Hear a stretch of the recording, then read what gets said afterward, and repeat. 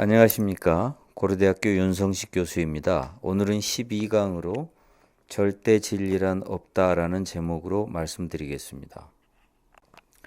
인류 역사상 누가 가장 천재일까요? 물론 정답이 없는 질문입니다.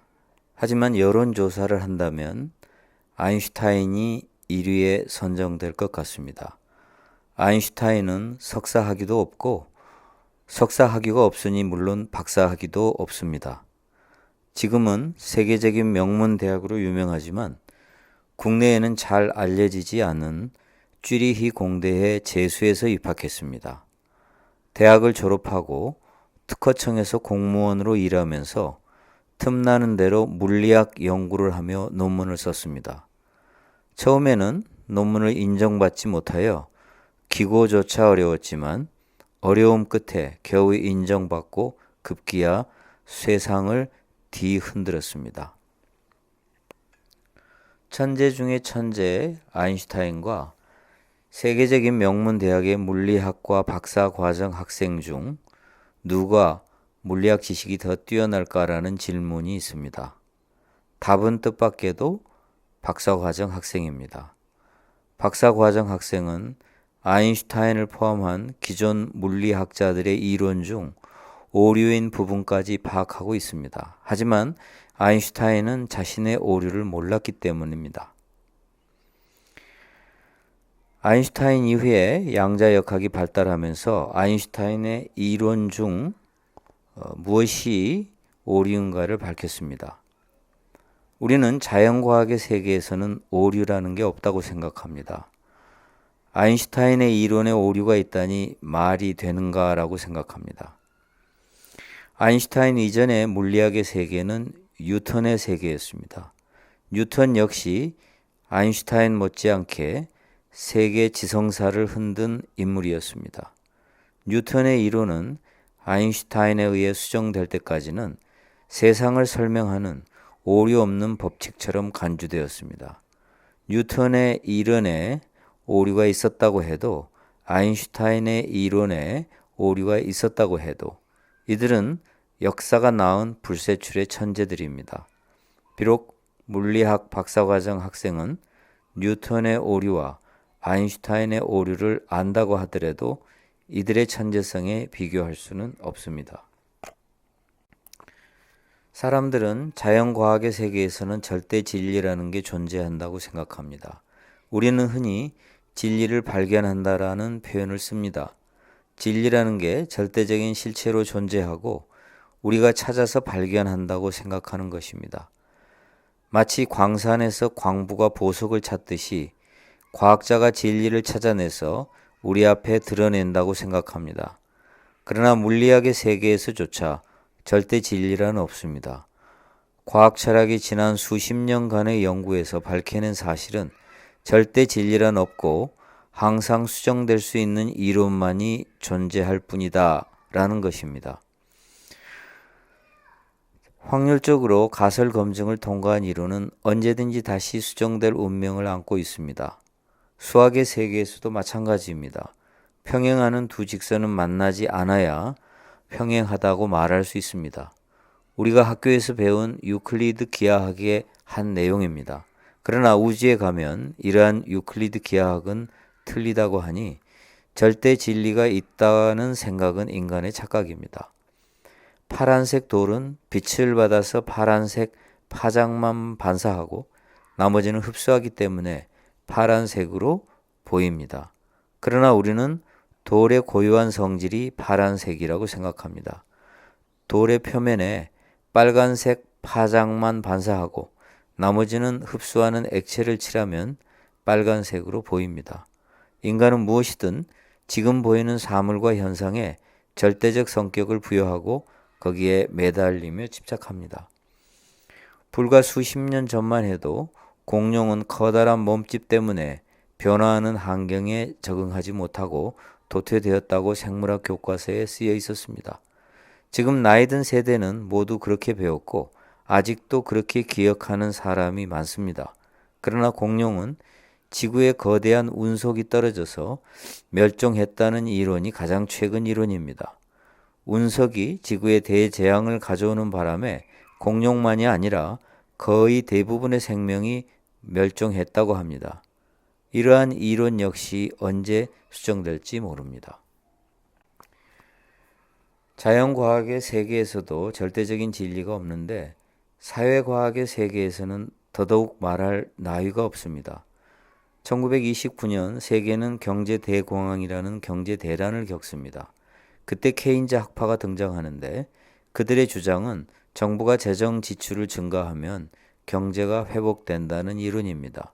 물론 케인즈 학파에 반대하는 시카고 학파는 케인즈 학파가 사용한 동일한 통계 자료를 가지고 케인즈 학파의 주장에 반대합니다. 그들은 경제 대공황은 정부의 재정 지출로 벗어난 게 아니라 2차 세계대전으로 인하여 겨우 벗어났을 뿐이라고 주장합니다.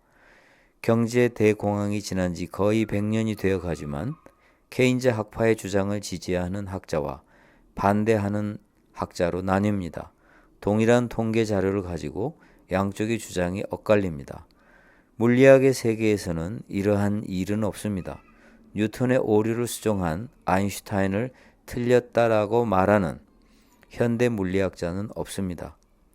아인슈타인의 이론에 오류가 있다고 주장한 양자역학 이론이 틀렸다고 말하는 현대 물리학자는 없습니다.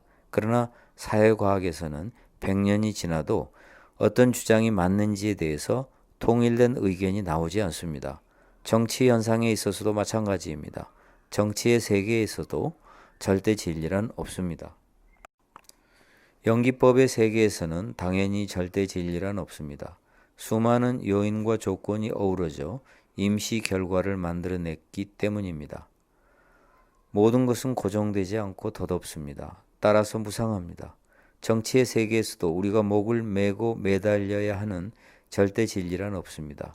항상 변하는 임시적인 결과라는 사실을 알고 우리는 다른 사람과 대화하고 토론하고 합의에 도달해야 합니다. 부처님은 잘못된 계에 집착하는 것과 잘못된 견해에 집착하는 것을 극도로 경계하셨습니다. 경전에 보면 이러한 잘못을 저지르지 않도록 수없이 반복해서 강조하십니다. 절대 진리가 있다는 생각도 잘못된 견해이지만 상대적인 가치를 가진 정책에 절대적인 가치를 부여하는 것도 잘못된 것입니다. 정치의 세계에서는 절대 진리가 없기 때문에 정답은 없으며 나의 주장과 다른 사람의 주장 모두 절대적인 가치를 부여받아서는 안 됩니다. 히틀러는 유태인이 세상의 악을 초래하는 원흉이라고 확신했기에 엄청난 범죄를 저지른 것입니다. 정책의 세계에서는 항상 정답이 없다는 생각을 잊지 말아야 합니다. 어느 시대 어느 상황에서는 맞았던 해법이 다른 시대 다른 상황에서는 그저 참고만 될 뿐인데 절대절명의 해법으로 생각하고 매달린다면 재앙이 올 수도 있습니다. 복지 예산을 증액할 것인지 산업단지 개발 예산을 증액할 것인지는 주관적 판단이 적용되는 영역입니다. 사회과학적 방법을 적용하여 분석을 해도 어떤 학자는 복지 예산을 증액해야 경제가 활성화된다는 결론을 도출하고 어떤 학자는 산업단지 개발 예산을 증액해야 경제가 활성화된다는 결론을 도출합니다. 누가 맞고 틀리다고 판단할 수 있는 권한을 가진 사람도 없고 그러한 능력을 가진 학자도 없습니다. 두 편으로 나뉘어서 논쟁하다가 많은 사람을 설득시킨 측이 국민의 지지를 받는 게 민주국가입니다. 독재국가에서는 독재자가 선택하는 정책이 절대 진리입니다. 1929년 경제 대공황이 끝난 지 거의 100년이 되어 가지만 아직도 경제 대공황을 종료시킨 게 무엇인가에 대해서는 학자들의 의견이 두 그룹으로 나뉩니다. 복지 예산과 산업단지 개발 예산을 둘러싼 논쟁도 마찬가지입니다. 복지 예산을 증액하기로 결정했다고 해도 문제는 여전히 남습니다. 만약 복지 예산을 증액한 뒤에 GDP가 증가했다고 합시다. 복지 예산 증액을 주장한 측은 복지 예산의 증액이 효과를 보았다고 말할 것입니다. 산업단지 개발 예산의 증액을 주장한 측은 복지 예산의 증액이 아닌 다른 요인이 GDP 증가를 낳았다고 주장할 것입니다. 우리는 가끔 신념을 가지고 목표에 매진하는 사람을 칭송합니다. 하지만 불교 교리에 비춰보면 이러한 사람은 아주 골치 아프고 문제가 많은 사람입니다. 자칫하면 신념을 신주처럼 받들고 목표에 목을 매기에 다른 사람의 의견은 들으려고도 하지 않고 심지어 다른 의견에 적대적이 되기도 합니다. 상황이 변하면 정책도 변해야 하는데 처음에 고집을 꺾지 않으면 불굴의 의지를 가진 신념의 화신으로 착각할 일이 아니라 어리석은 것입니다. 절대 진리가 없는 영기법의 세계에서도 우리가 끝내 버리지 않고 지켜야 할 소중한 규칙들이 있습니다. 나와 너가 다르지 않고 나에게 너의 요소가 있고 너에게 나의 요소가 있다면 우리가 타인에 대해 선을 긋고 분리하여 생각해서는 안 됩니다. 나에게 세상의 요소가 있고 세상에는 나의 요소가 있습니다. 나에겐 한국이라는 세상이 들어와 있고 대한민국에는 한민족이라는 요소 그리고 나와 너라는 요소가 있습니다.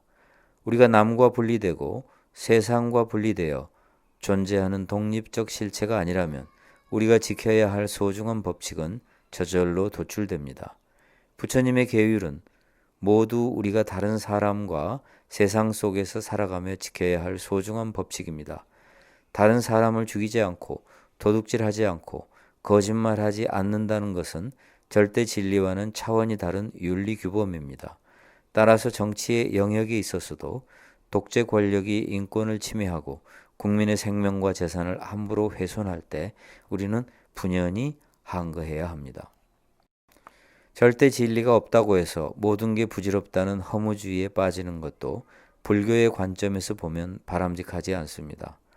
절대 진리가 없기 때문에 우리는 항상 반대 의견에 귀를 기울여야 합니다.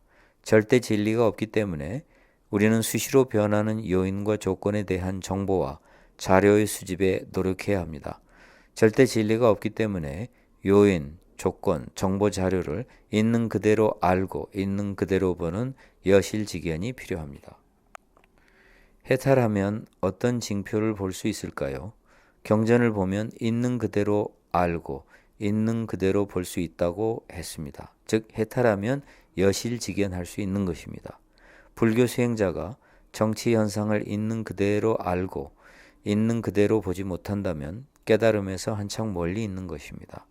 정치 현상을 여실직연할 수 있어야 불교의 지혜가 세상을 비로소 비춰줄 수 있습니다. 이상으로 불교 정치학 12강을 마치겠습니다. 구독해 주셔서 감사합니다. 저는 고려대학교 윤성식 교수입니다.